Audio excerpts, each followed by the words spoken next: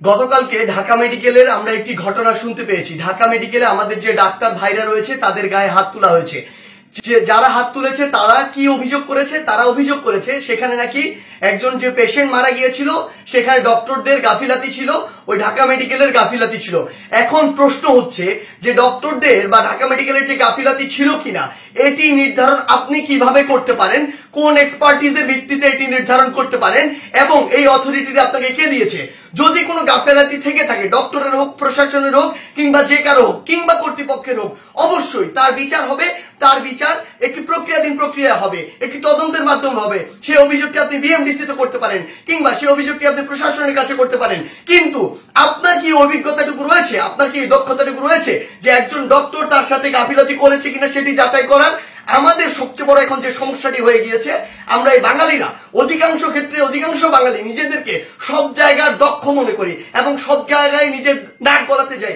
আপনি আমাকে একটি জিনিস বলুন, যে ডাক্তার 5 বছর ধরে এমবিবিএস পাস করলো, 1 বছর ইন্টার করলো, এরপর বছর বছর ধরে বিভিন্ন ডিগ্রি নিল, পড়াশোনা করলো, তিনি একজন পেশেন্টকে যেভাবে ডিল করেন, তিনি পেশেন্টের ভিতরের এবং বাইরের বিষয়গুলো যেভাবে জানেন, যেভাবে ট্রিটমেন্ট করেন, আপনি কিভাবে মনে করেন আপনি সেই পড়াশোনা না করে শুধু বাইরে থেকে দেখে নিজের চোখে যা মনে হলো তা দেখে তাকে একটি নির্দিষ্ট রেজাল্ট দিয়ে দিচ্ছেন, একটি নির্দিষ্ট ব্লেম দিয়ে দিচ্ছেন?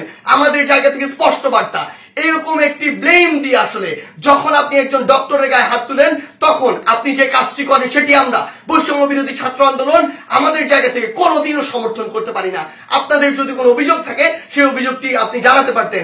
আমরা জানি আমাদের এই পুরো প্রসেসটিতে, এই ছাত্র জনতার অভ্যুত্থানে ডক্টররা কিভাবে ওই হসপিটালের ভিতর থেকে, ওই ইমার্জেন্সি থেকে তাদের ভূমিকাটি রেখেছে। আমরা দেখেছি যখন কিছু সরকারের পাঁচাটা স্পিরিট, ডক্টরদের যে স্পিরিট, সেই স্পিরিটটি যাদের মধ্যে নাই, এমন গুটি কয়েক ডক্টর যখন ওই ছাত্র জনতার গণঅভ্যুত্থানে আমাদের আহত ভাইদের চিকিৎসা দিতে বাধা দিচ্ছিল, তখন অধিকাংশ ডক্টর নিজের জায়গা থেকে রিস্ক নিয়ে আমাদের ওই ভাইদেরকে চিকিৎসা দিয়েছিল। এমন অধিকাংশ ডক্টর রয়েছে যারা ডক্টরদের স্পিরিটটি ধারণ করে এবং আমাদের এই পুরো সময়টিতে আজকে পর্যন্ত আমার হসপিটালে যে আহত ভাইগুলো রয়েছে তাদেরকে নিরবিচ্ছিন্ন সেবা দিয়ে যাচ্ছে, নিজের কথা চিন্তা না করে। সেই জায়গায় যখন এরকম করে কোন একজন আমার ডক্টর ভাইয়ের উপর এইভাবে হাতটি তুলে, আমরা এটি কখনো সমর্থন করতে পারি না।